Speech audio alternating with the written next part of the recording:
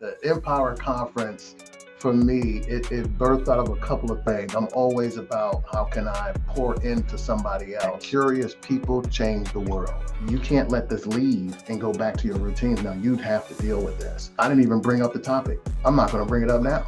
I just said, I'm not going to talk about that, but what I am going to talk about is how we can love one another. You have to research what's already there in order to find, wait a minute, I don't see anything in this space because there's something in you that doesn't exist anywhere else. Does failure is knowledge mean to you? Failure is knowledge, is taking the things that didn't go right and learning from them to make them go well.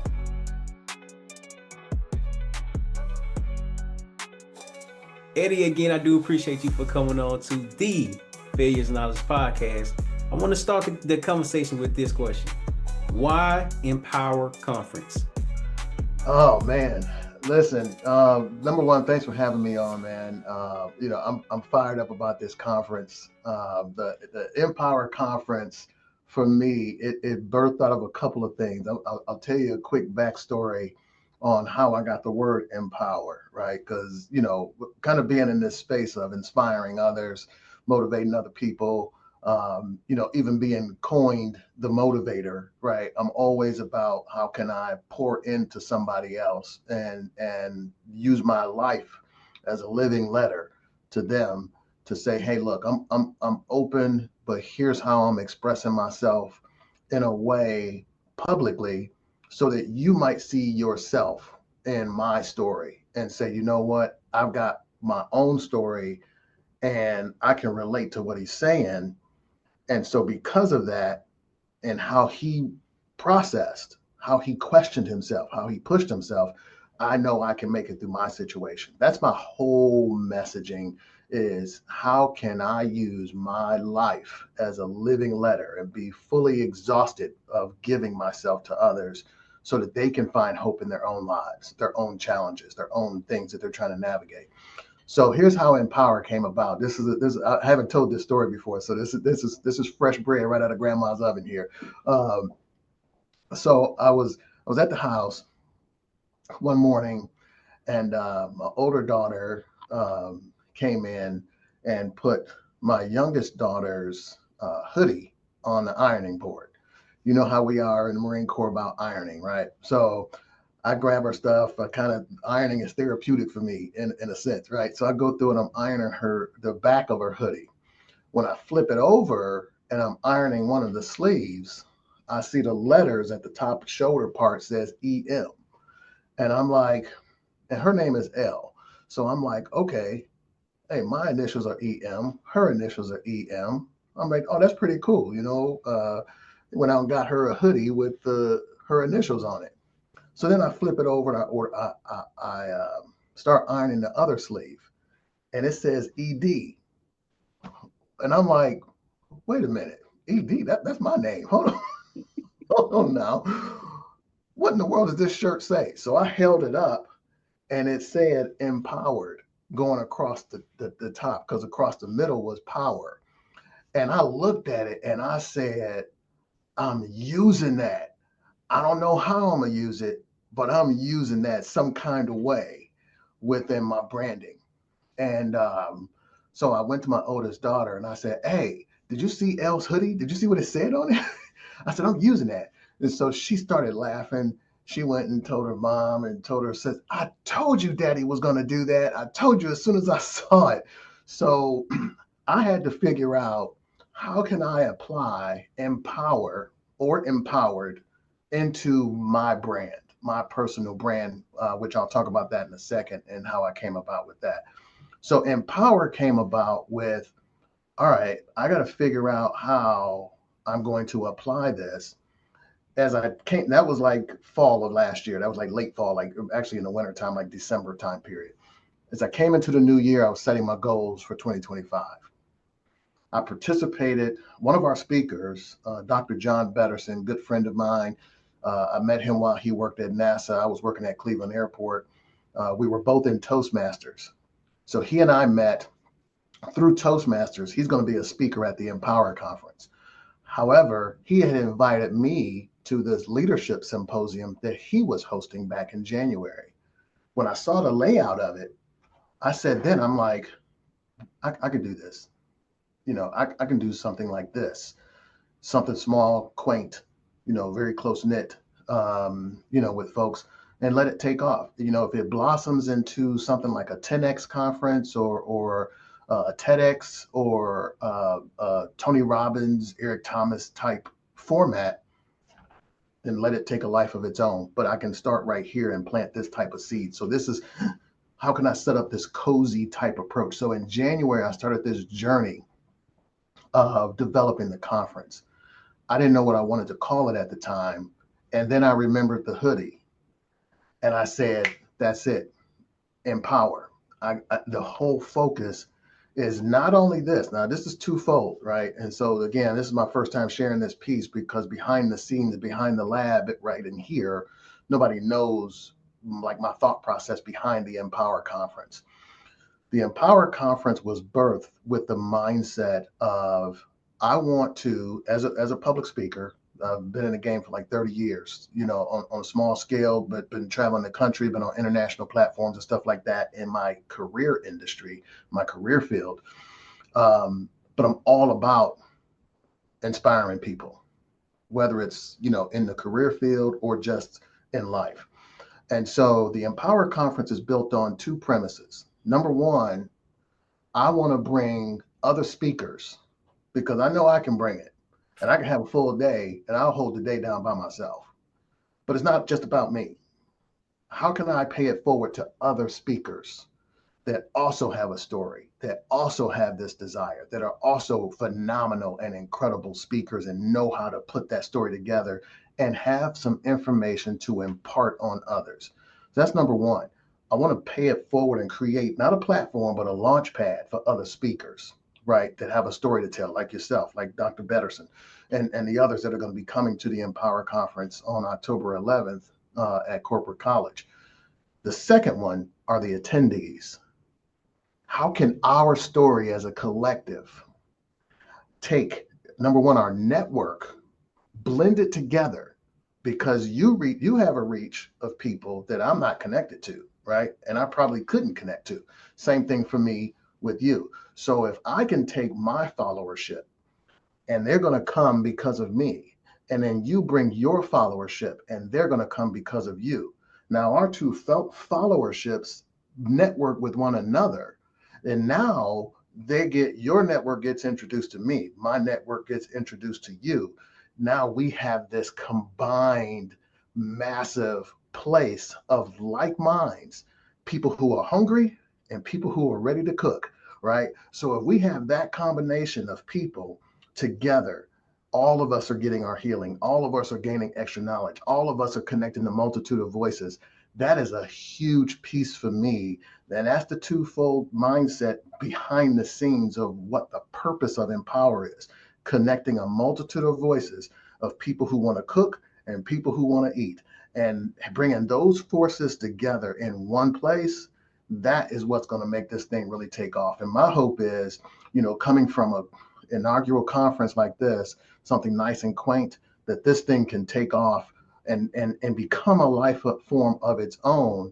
And the Empower Conference, my goal, when I first kind of came out with this thing, I said, I want to take this thing on tour. I want to do a multi-city tour. That's what I told one of my other daughters. I got 8 kids, by the way. I told my 26-year-old, now 27-year-old daughter, I told her, I said, I want to go on tour. I want to go on tour. I want to go on a speaking tour, and I'm just going to do it myself. And I would love for you to help me along the journey. And so she helped me that first several months with getting things together, kind of bouncing ideas and all this kind of stuff, because she shares in a lot of that same passion in her own space. And so I said, you know what? Kind of went through a couple of quiet months, had some other things going on. And I revisited this around June. And I said, you know what? I got to get back to putting this thing together. I knew that I needed to hire an event planner. So I hired Epic Conferences and Events as my event planner. And they've been doing a great job helping me put everything together and think through things that I would not have even thought of. They've taken a lot of the bandwidth off of me. The CEO, Deanna Wilkins, she constantly tells me, "Sir, just focus on the content. We got your back. Just focus on the content. We got the rest." Because I'm trying to make sure everything goes off well, right? And you know, the conference itself, I just said, okay, where would I start this at? Where would I start this tour? I'm born and raised from Cleveland. You know, I live in Tennessee now, but I'm born and raised in Cleveland. You know, I left about 6, 7 years ago, just chasing my career aspirations and stuff. And I said, I got to start back home, you know, and then go from there. And maybe this year I'll just do just Cleveland, kind of do my lessons learned, and then from there pick out 5 or 6 cities next year for 2026. And that's the goal. That's the goal right now. And you know, I'm already looking at 2026 as 2025 is kind of preparing itself here in a few weeks. And so that's the whole background behind why Empower. I want to put a launch pad out there for other speakers, and I want to fill the room with hungry people, you know, with hungry mindsets that want more out of their own life. And I want to bring the speakers in there that have a message that stretches far beyond what I can say. And then we all come together with our different perspectives and we pour into the people that's sitting in that room and the people that'll be on Zoom, and we feed them. We feed them with this knowledge. We feed them with this hunger and light their souls on fire so that they can just go out there and set the world ablaze in the world around them. As I was doing research, I think in your bio or a post that you posted a while ago, it says something about a strategist. It says something about CRO. To be honest, I didn't know what a CRO was until I read the Yeah, post. yeah, I can understand why you're a strategist now. I can yeah, understand why you are thinking ahead and where the thought process came behind the Empower Conference because we get inspired by so many things that's around us. yeah, I'll say that it's not what's around you that matters, it's what you pay attention to that yeah, matters. yeah, And you yeah, made me thinking about it. I was like, wait, that's kind of like how I came up with Failures Knowledge podcast. And it was the fact that by any means was taken. I'm like, yes, dang, that was a good one. I was heartbroken. But yeah, the fact that I didn't let this one dilemma stop me from learning what the brand can become, it yes, shows your resilience. It shows your belief within yourself. And then for you to see it on a sweater out of all things that your daughter had. That's not yeah. planned. That's That's by you being a good strategist, you can't yeah, even plan that. You yeah. cannot even have planned that. No, no, not at all. Not at all. Like I mean, that seed being planted of how that's the, you know, and you know, I love the question that you put at the very front, like why, right? And like you said, there's so many things that's around us, and I truly believe in that old saying that curious people change the world. I love asking questions. How did this get here? Why is this like this? What are we doing? Like, you know, what's next? You know, and that's a key thing that we got to constantly ask ourselves is what is next? You know, what is the next thing that I can achieve? What's the next thing that I can accomplish? Because the day we stop learning, the day we lose our curiosity, that's the day we stop growing. You know what I mean? And so it's about those breadcrumbs. And you know, I'll geek out a little bit on neuroscience because my master's degree is in cognitive and behavioral neuroscience as a business psychologist. And so, in our prefrontal cortex, right? We look at the brain in three sections, right? You got the front brain, the midbrain, and the hind brain. I'll just put it in those three spaces.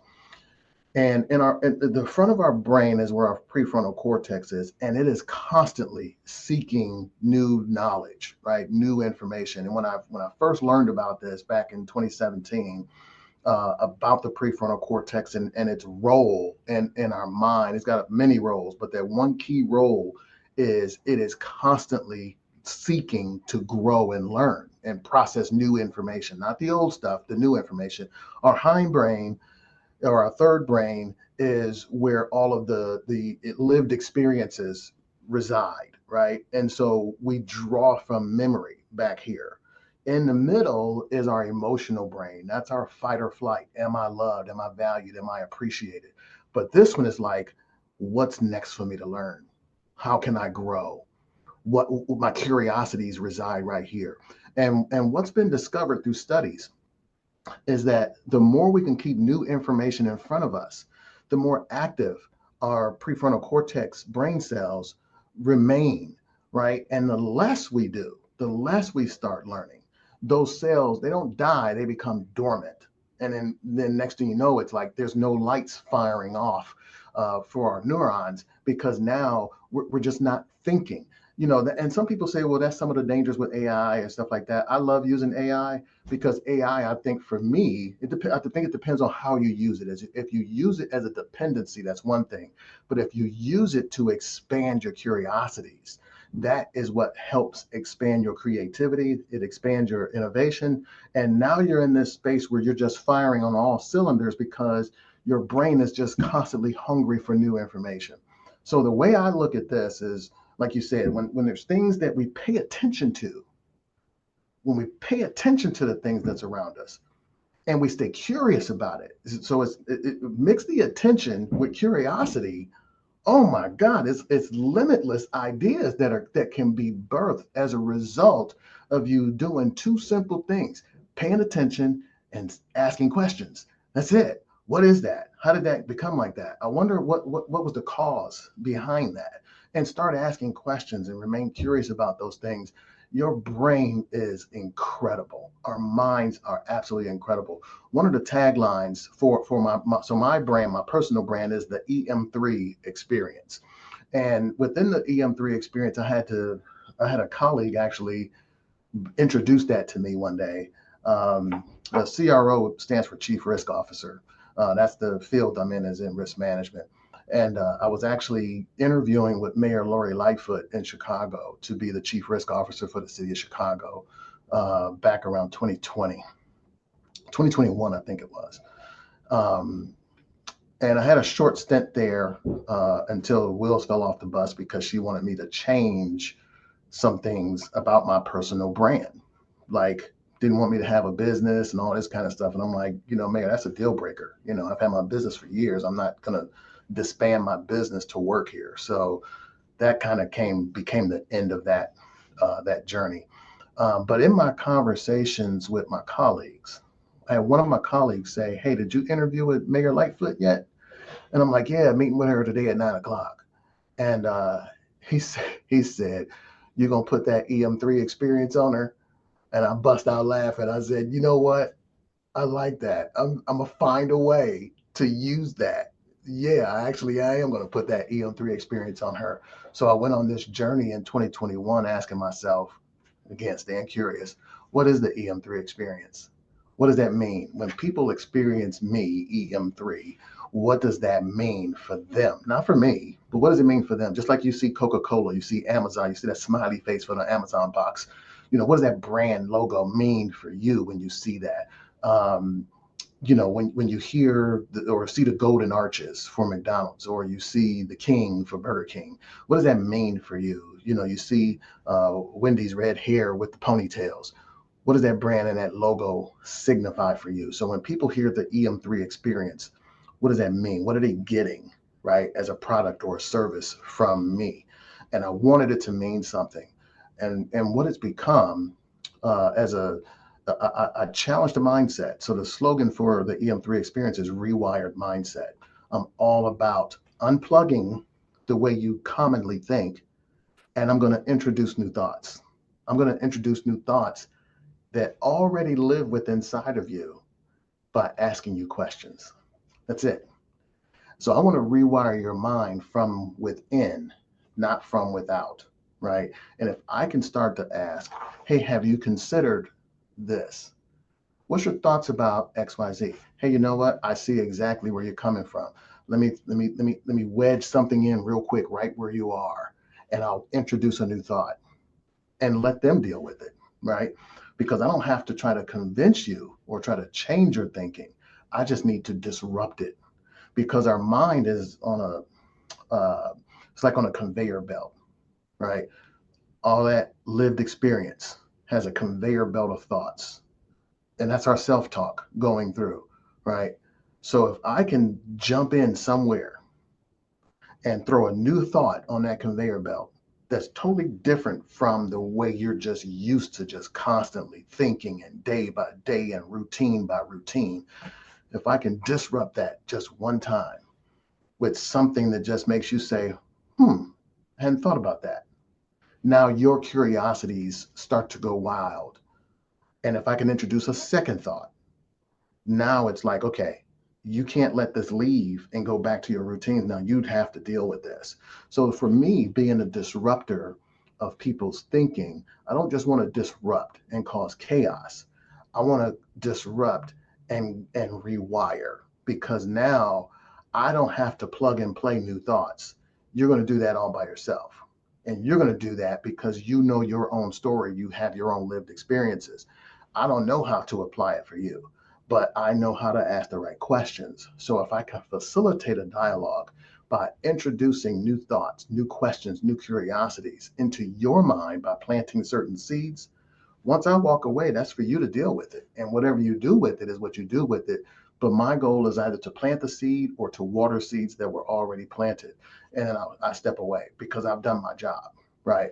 And so that's the way I really look at this, is like, how can I now disrupt folks' thinking and disrupt their mindset by giving them fresh material, by giving them fresh content? And the best way for me to do that, I can't just come up and just create all this stuff. I got to do exactly what you just said. I got to pay attention, and then I got to add in my curiosity, right? And by doing that in my own life and then turning around and telling a story, you see your own self in my story. You don't feel good about me. You start feeling good about you. Like, man, I need to use that because I'm dealing with this. And my mission's accomplished from that point on. That's what the EM3 experience is. So now when people follow my social media platforms, we've had some hot topics come up, right? In recent societal things. And I just put a post out. I didn't even bring up the topic. I'm not going to bring it up now. I just said, I'm not going to talk about that. But what I am going to talk about is how we can love one another. And that's all the post said. And the engagement just took off by itself because I disrupted the news feed for everybody that's following me. So everybody that saw scrolling down their news feed and they're seeing all the same content, same negativity, same frustrations, same battles, this versus that, that versus this. And then all of a sudden they come across this: spread love, spread kindness. Here's a smiley face. It's like, oh, where'd that come from? Because they're being programmed into following all of this negativity, being forced into seeing and feeding off of this frenzy of what's bad. We want your perspective. Hey, this person did XYZ. What do you say? I see so many posts like that just to enter in this debate type conversation. And I say, I think we should all love one another. What do you say? I'm disrupting that. So I just believe in taking a totally different approach to how my social media platform issues out information. I don't want to do the mainstream topics because you can find that anywhere. When you come to my page, I want you to find something different than what the mainstream is spinning. And that's the EM3 experience. I've had so many people reach out to me and say, I can count on you that when I come to your page or when I'm scrolling my feed and I see something from you, I'm going to feel inspired. I'm going to feel that there's still hope that's out there. And I'm like, mission accomplished. And it's working. And it's Yeah. working. And I want to share something with you because you said Yeah. three things I want to bring up. So originally, Yeah. I'm from Little Rock, Arkansas, Okay. and when I went to the Marine Corps and start seeing different things, getting and start to open my mind just a little bit more, I always say, if you stop learning, you stop growing. I'm in my second marriage, and me and my wife now, whenever somebody asks, like, how are you and your wife doing? Like, how are you and your wife doing? I always Yeah. say, we are doing good. We are learning each other Yeah. every single day. And if Yes. we stop learning each other every single day, then that's where our relationship is going to It stops go growing. to the left, to the right, and so That's on and right. so forth. That's right. And That's right. and the third thing that I want to mention, so you said something about disrupting people, the way people think.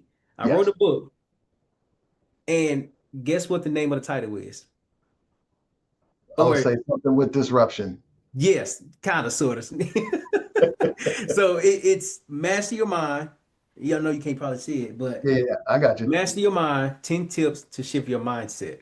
Oh, And as you was talking about that I inside hope of you're my gonna put that book, on. I hope you're gonna put that on display at the conference because people yes, need to get that. yes, I am. Yes, sir. As you were speaking and you was talking about curiosity, like people have to remain Yes. curious. Yes. Every chapter, at the end of it, there are questions to answer. Then you have Yes. like a look. I hate you can't see it. I can see that there's some words there though, but I can see that there's a There's some question there words, but it's just lines right here. for you to fill it in. Yes, sir. Yes. And when you said that, I was like, oh, that's crazy. I see Yeah. my future. I Yeah. see my Yeah. future Yeah. in you, Eddie. I'm 26 years old, and I wanted to ask What? you, I'm 26. Love it, man. I'm 54. I'm 54. Okay. I got a 26-year-old, so I feel you. I feel you. Yep. Hey, listen. Check this out, man. So, God, man, this is exciting. This is exciting. So, there's a book. I don't know if you've read it or not. You probably heard of it because it's been around since the 30s called Think and Grow Rich. Yep. In the Think and Grow Rich, there's a section in there that talks about the principle of auto suggestion. Mm-hmm. And I got the book at home. I wish I was at home right now because I pulled the book out because I got this one section just tabbed off. I got I got three versions of this book. I've got the original version that's in like this hardback with gold pages and all this kind of stuff. So I keep that one sealed and sitting on my thing. It's like an heirloom. But then I got two other versions. One was the original version that I purchased back in the early 90s. I think it was like 91, 92 when I was in the Marine Corps. And I wrote a lot of notes in that one as I was reading it. My other one is just like a clean copy of that same version, but it's just a clean copy that I just use as a reference to go back to. There's a section in there, and it talks about how thoughts are things. Okay. And what I'll paraphrase it, and what it talks about is Napoleon Hill is saying that thoughts magnetize to like thoughts. And when they magnetize to one another, they gravitate to each other. I took that and I said, well, wait a minute. If the thoughts release into the atmosphere and they find a host of like thoughts and they magnetize to one another, where did those thoughts come from? Because the thoughts are not just suspended in air, magnetized to one another. The thoughts come from minds.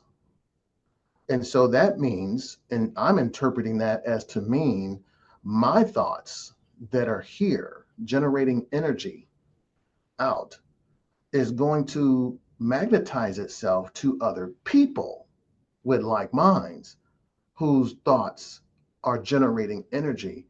And now those two energy forces in their thoughts, they end up magnetizing to one another.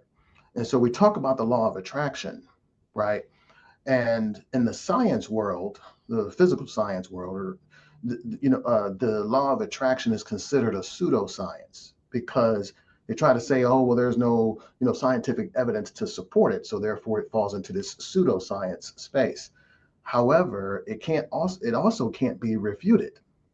So there's no way to say like, okay, well, we can't say it doesn't exist because there's evidence that something is happening in this metaphysics space. So now it's moved over into this metaphysics space when it comes to the law of attraction because now it's in a space of dealing with there's some physical components to it, but then there's some other, I don't want to call it supernatural, but supernatural things happening, right? So let's take this draw.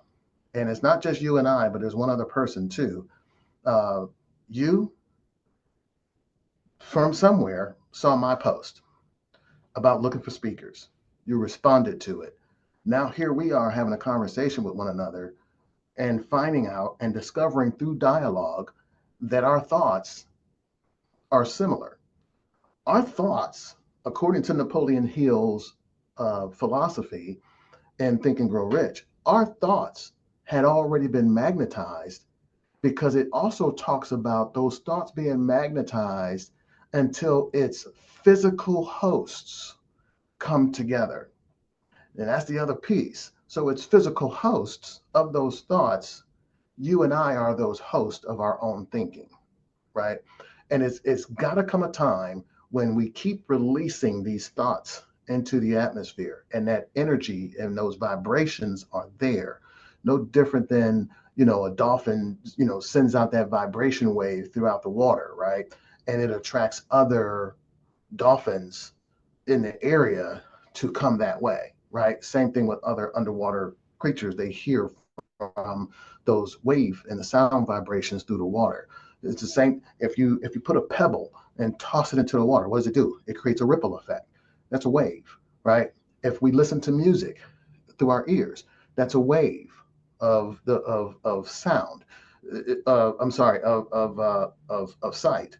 I'm sorry, sound. So if we look and we see the stars, they say some of these stars burned out billions of years ago, but we still see the lights coming from it because the wave is still coming, so that we can visually see something. We visually see one another because we can see that wave, right?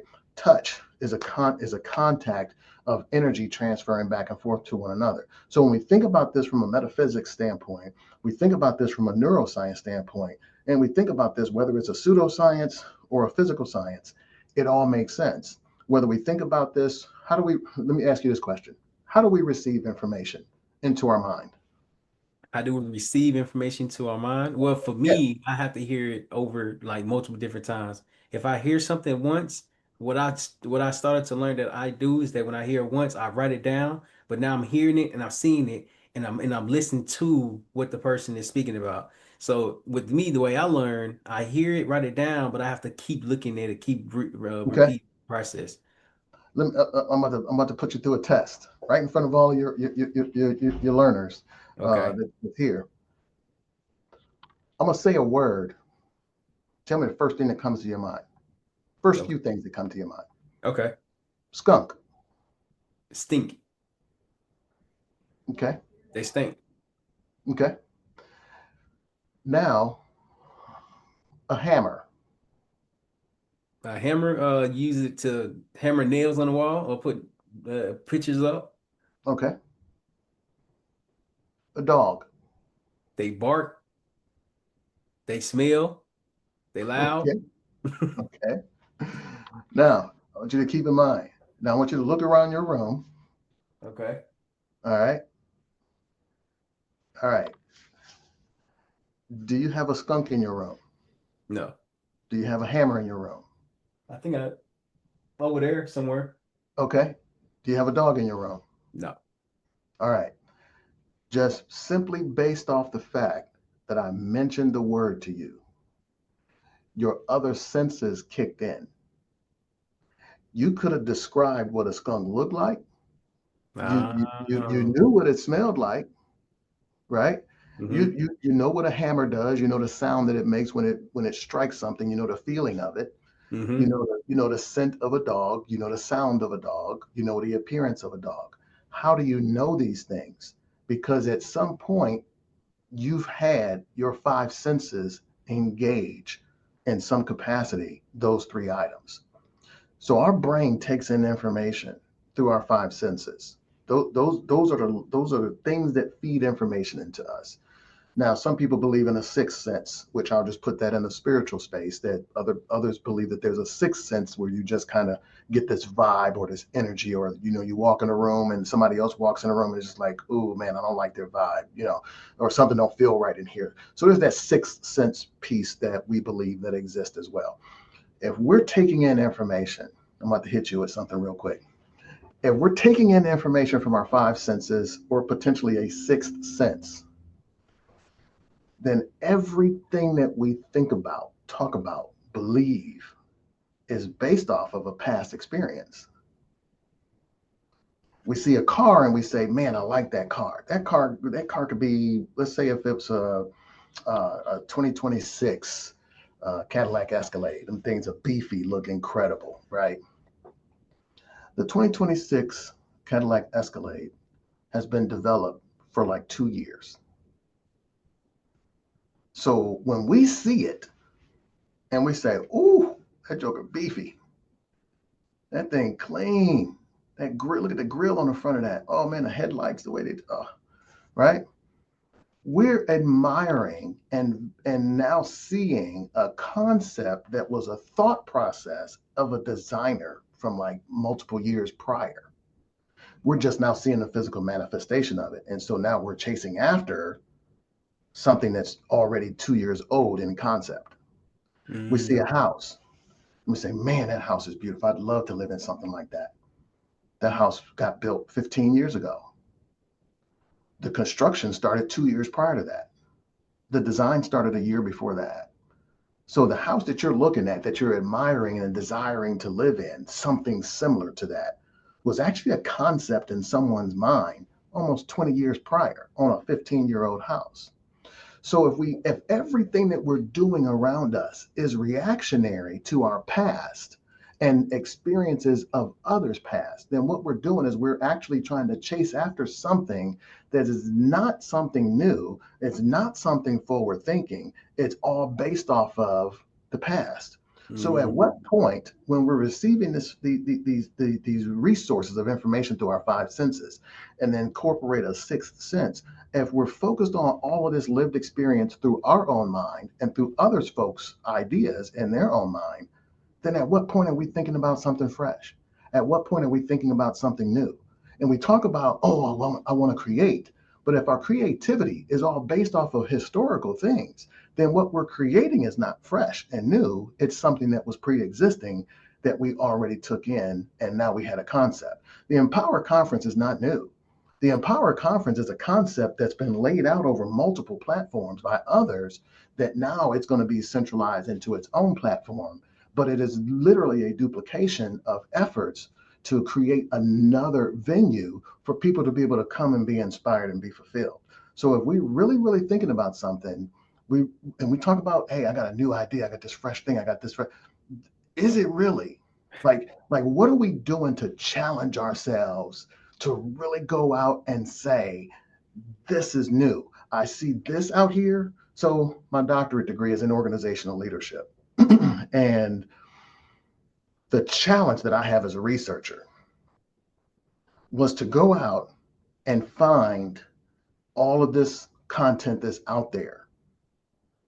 But you know the whole premise behind getting your doctorate degree and actually doing research? I do not. In research, you're actually looking for what's missing. You're not looking for what's already there. You have to research what's already there in order to find, wait a minute, I don't see anything in this space.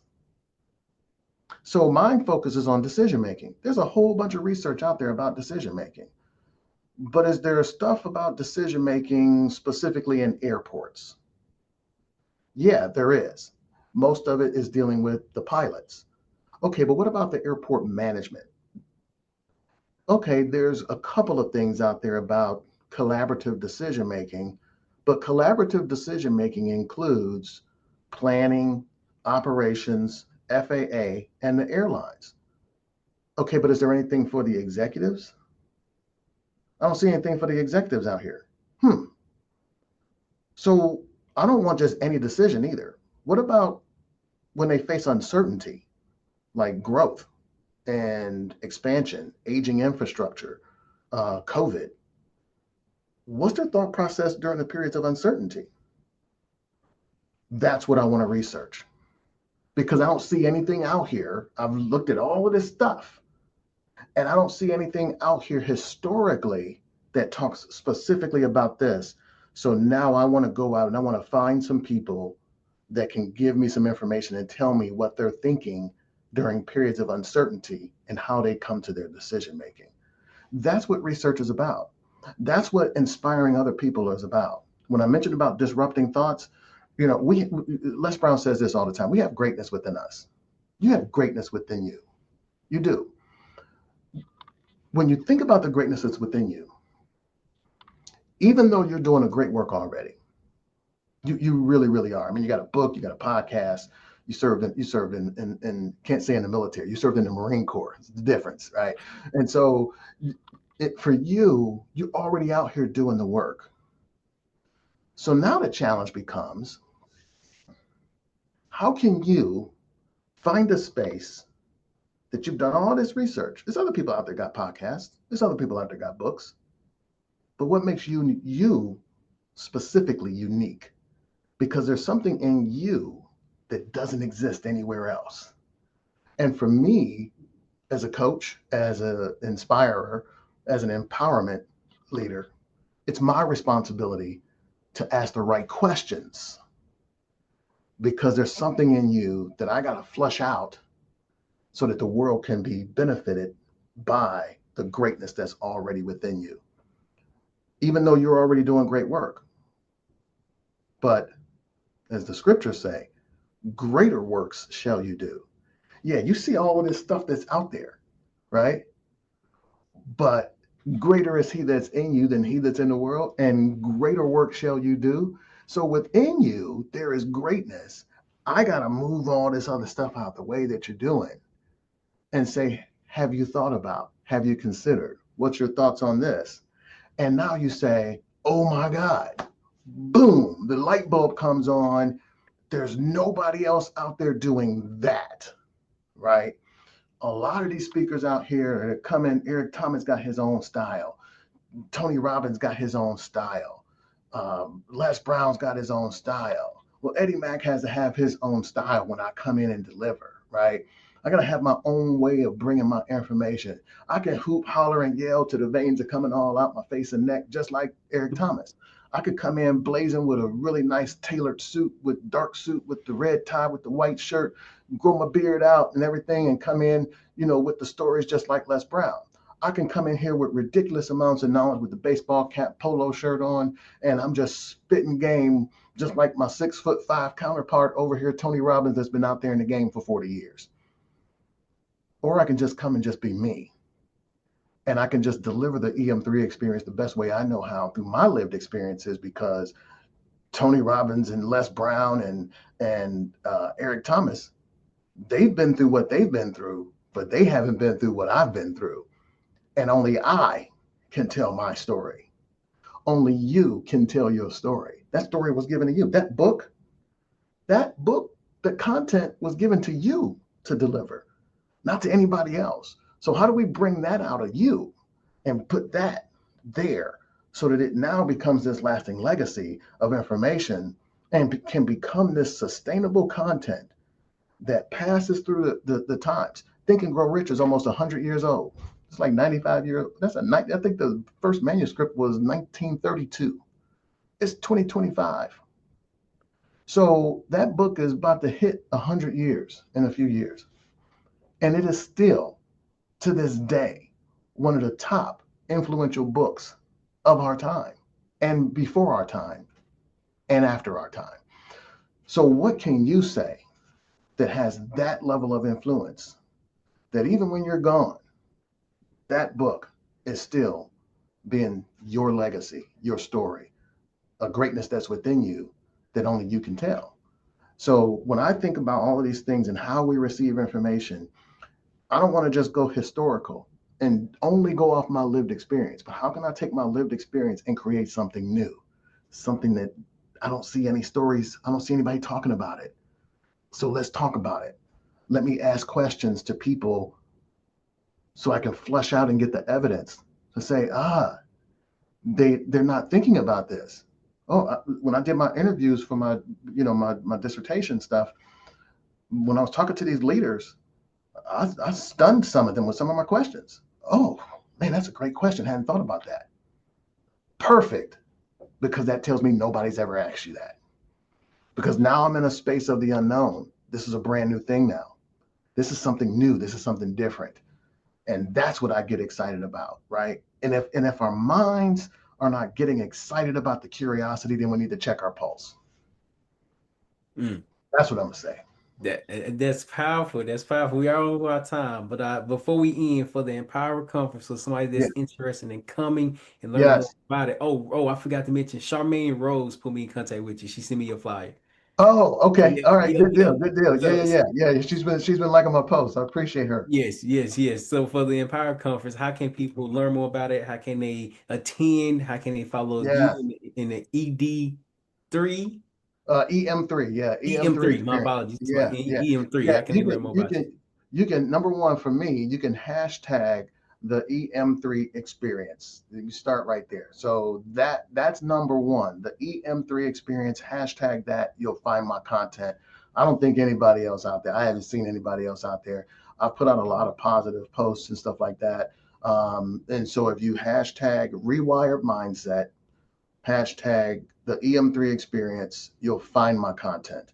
Um, this is a new hashtag, so it hasn't really kind of sifted up there. But if you hashtag empower CLE 25, okay, hashtag empower CLE 25, you'll come across the content to be able to register. I'm working on getting a website built because I had no idea it was going to take off like it has. So I'm working on getting the website built and everything like that too. But you can get in contact with me. You can follow me on LinkedIn as well.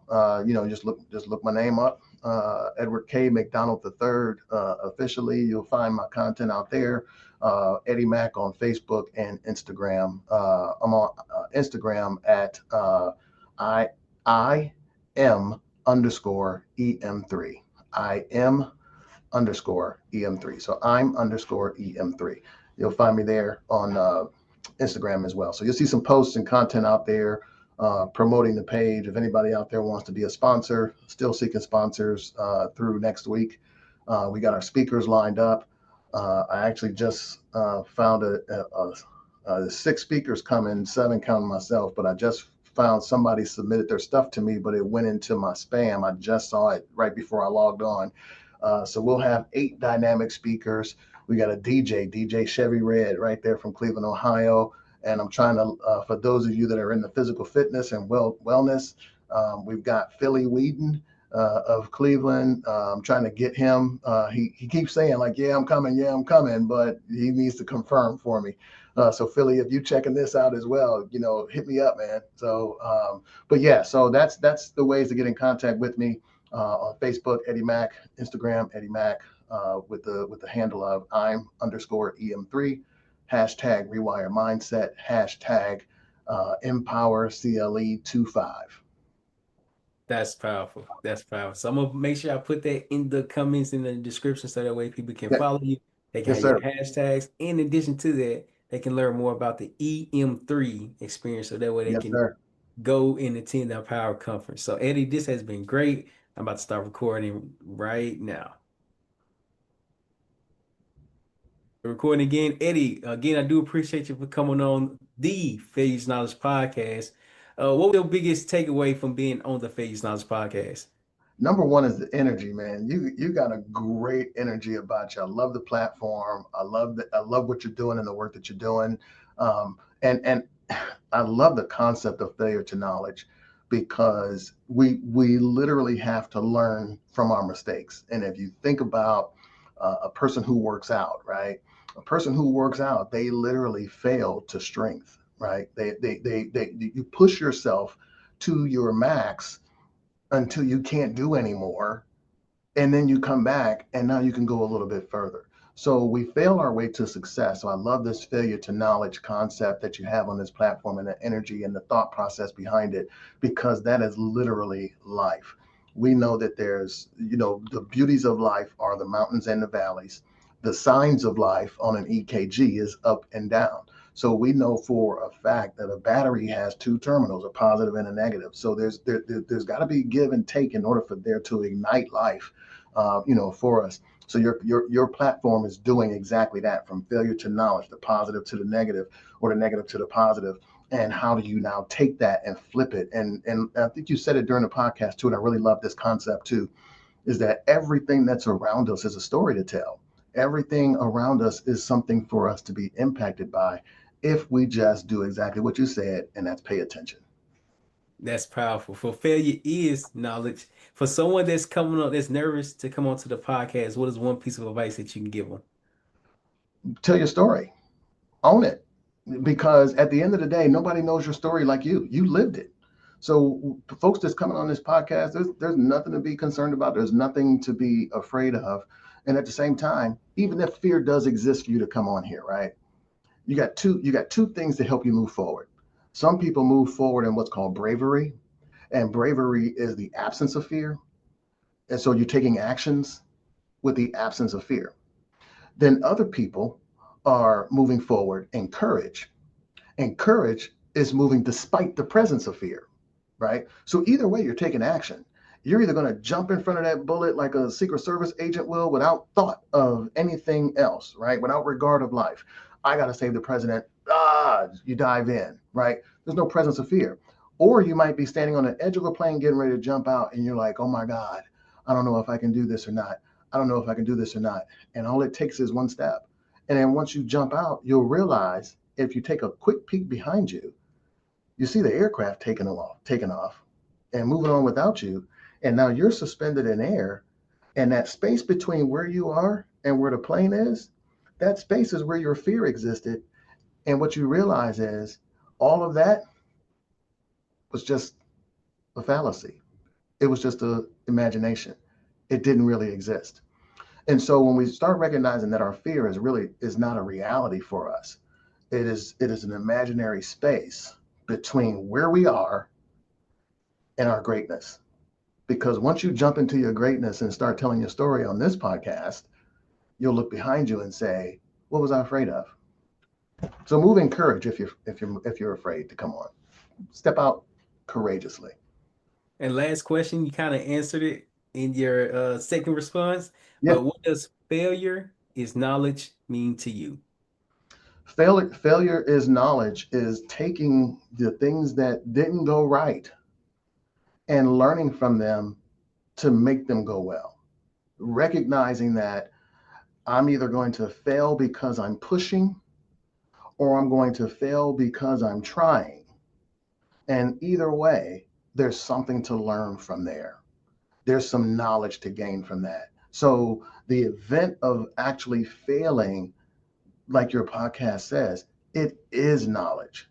It doesn't have to become knowledge. It already is. So that is literally what this is all about. That's life. You're taking exactly where you are and saying, okay, I'm gonna jump and I'll build my wings on the way down. And I hope I figure this thing out. If I hit the ground while I'm trying, I got further than everybody else who didn't even try.